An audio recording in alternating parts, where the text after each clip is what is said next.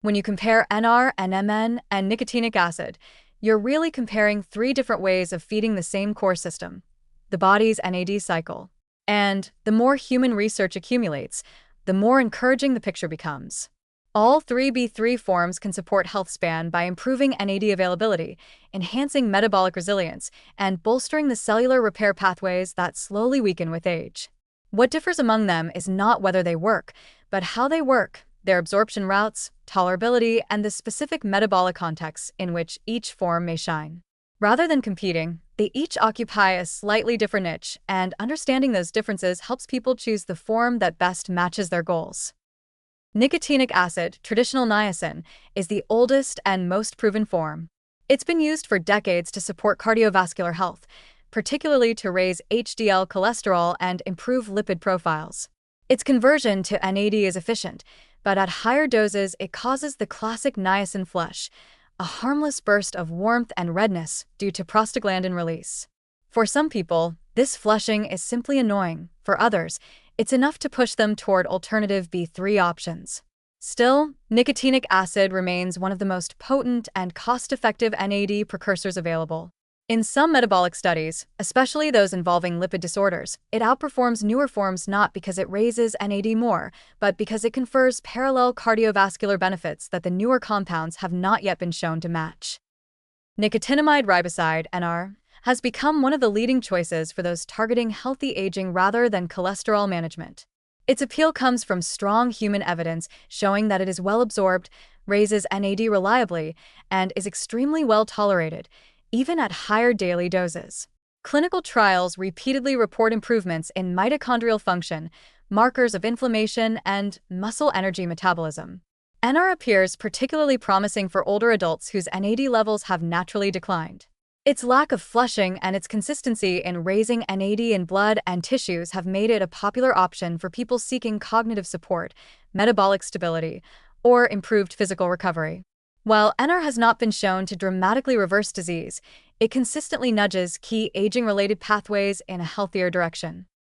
Nicotinamide mononucleotide, NMN, has generated tremendous excitement, in part because it is one step closer to NAD in the biochemical pathway and has shown excellent results in animal models. Human research, while still emerging, is leaning positive. Early trials suggest NMN is well tolerated and boosts NAD levels similarly to NR, with some studies hinting at improvements in insulin sensitivity, muscle performance, and vascular function. One unique advantage of NMN is its strong track record in preclinical studies of endurance, glucose control, and neuroprotection, findings that have encouraged researchers to test it in more diverse human populations. Although the regulatory environment around NMN has been shifting, the science supporting its biological activity remains robust. When comparing potency, NR and NMN appear roughly equivalent in most head-to-head analyses, though individual responses can vary. Nicotinic acid is potent in its own way, especially in cardiovascular applications, but its side effect profile makes it less practical for people primarily seeking NAD support. NR may have a slight edge for ease of use and consistency of absorption. NMN may appeal more to those targeting athletic, metabolic, or endurance-related benefits, and niacin is still unmatched for people needing both NAD support and lipid improvements. Safety is a strong point for all three. NR and NMN have excellent tolerability in studies, with few adverse effects even at higher doses.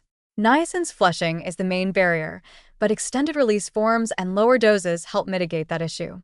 In terms of long-term safety, NR and niacin have the most established track records, although NMN's data so far look very reassuring.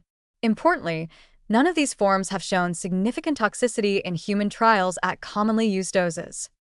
Absorption varies in detail but not in the big picture. NR is readily taken up and efficiently converted through the salvage pathway. NMN appears to enter cells via specific transporters that have been identified in recent years. Niacin uses a different route altogether, relying on established enzymatic pathways that have been well mapped for decades.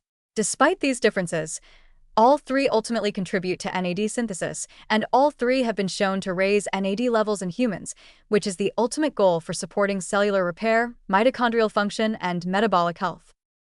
Overall, the most positive interpretation of current evidence is that there is no wrong choice, only different fits for different goals.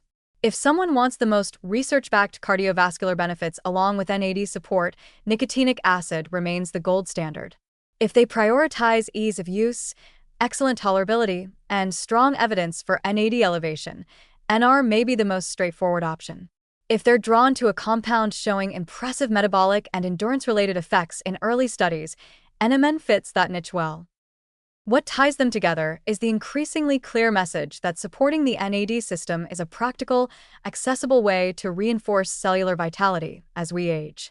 Each form of vitamin B3 offers its own strengths, and each one can play a role in extending health span by nourishing the metabolic pathways that keep the body resilient.